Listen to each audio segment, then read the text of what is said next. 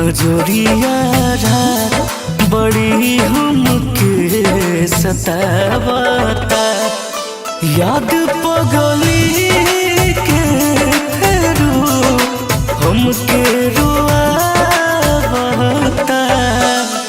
अजोरिया रात बड़ी हमके सतावता। अजोरिया रात बड़ी हमके सतावता।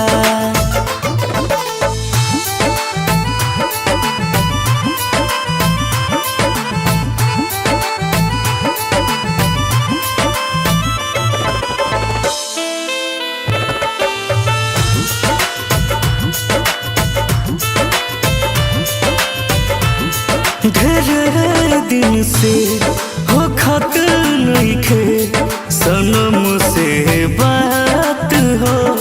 जिही कैसे बिना उनका नइखे बुझात हो। ढेर दिन से हो खत नइखे सनम से बात हो।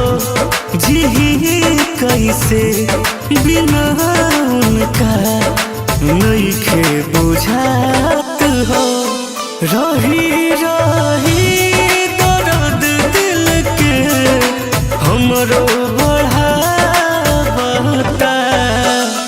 अजोरिया रात बड़ी हमके सतावता। अजोरिया रात बड़ी हमके सतावता।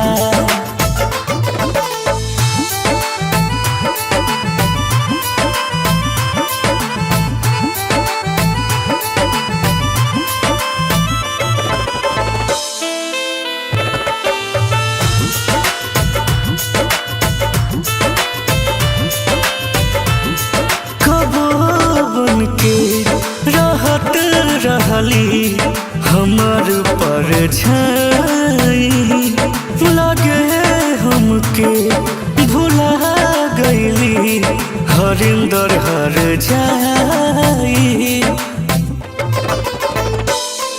कबो बनके रहत रहली हमार परछाई। लगे हमके भुला गईली हरिंदर हर जाई। कहीं कतना बिना हमके उतर पावता। अजोरिया रात बड़ी हमके सतावता। अजोरिया